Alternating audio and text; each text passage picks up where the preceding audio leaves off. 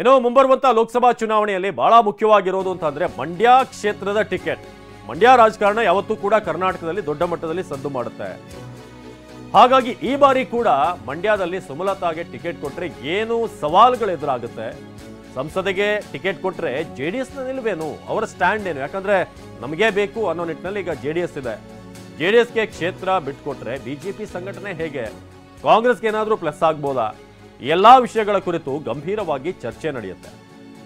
ಅಮಿತ್ ಶಾಗೆ ಮಾಹಿತಿ ನೀಡಲಿದ್ದಾರೆ ಮಂಡ್ಯ ಬಿಜೆಪಿಯವರು. ಒಂದು ವೇಳೆ ನಾವೇ ಟಿಕೆಟ್ ಇಟ್ಕೊಂಡ್ರೆ ನಮ್ಮ ಅಭ್ಯರ್ಥಿ ನಿತ್ರೇನು, ಜೆಡಿಎಸ್ನವರಿಗೆ ಟಿಕೆಟ್ ಕೊಟ್ರೆ ಏನಾಗುತ್ತೆ, ಸಮಗ್ರ ಮಾಹಿತಿಯನ್ನ, ಗ್ರೌಂಡ್ ರಿಪೋರ್ಟ್ ಅನ್ನ ಸ್ಥಳೀಯ ನಾಯಕರು ನೀಡ್ತಾರೆ. ಜಿಲ್ಲೆಯ 15 ಮಂದಿ ಪ್ರಮುಖರು ಈ ಸಭೆಯಲ್ಲಿ ಭಾಗಿಯಾಗಲಿದ್ದಾರೆ.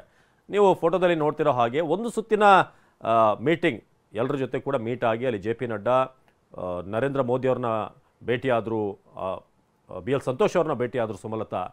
ಸೊ ಈ ಸಂದರ್ಭದಲ್ಲಿ ಅಮಿತ್ ಶಾ ಅವರ ಎಂಟ್ರಿ ಆಗ್ತಾ ಇರುವಂಥದ್ದು. ಸೊ ಮಂಡ್ಯದ ಟಿಕೆಟ್ ಯಾರಿಗೆ, ಬಿಜೆಪಿಯ ಮೂಲಕ ಸುಮಲತಾ ಅವ್ರನ್ನ ಇಳಿಸಿದ್ರೆ ಏನಾಗುತ್ತೆ, ಅಥವಾ ಜೆ ಡಿ ಎಸ್ ಏನು ಒಂದಷ್ಟು ಕ್ಷೇತ್ರಗಳನ್ನು ತಮಗೆ ಬೇಕು ಅಂತ ಹೇಳ್ತಾ ಇದೆ. ಹಾಸನ ಮಂಡ್ಯ ಭಾಳ ಟಾಪ್ ಮೋಸ್ಟ್ ಆದಂಥ ಒಂದು ಪ್ರಿಫರ್ ಮಾಡಿರುವಂಥದ್ದು, ಪ್ರಿಯಾರಿಟಿ ಲಿಸ್ಟ್ನಲ್ಲಿರುವಂಥದ್ದು ಜೆ ಡಿ ಎಸ್ದು.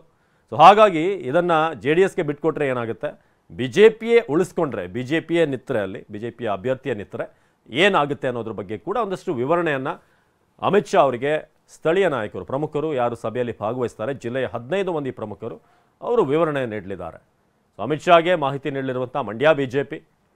ಸೊ ನಾರಾಯಣಗೌಡರು ಕೂಡ ಮನೆಯಷ್ಟೇ ಮಾತನಾಡ್ತಾ ಹೇಳ್ತಾ ಇದ್ರು, ಸುಮಲತಾ ಅವರೇ ಬಿಜೆಪಿಯ ಫೇಸ್ ಆಗಿ ನಿಂತರೂ ಕೂಡ ಏನು ತೊಂದರೆ ಇಲ್ಲ, ಒಳ್ಳೆಯದಾಗುತ್ತೆ, ಗೆಲ್ಬೋದು ನಾವು ಅಂತ.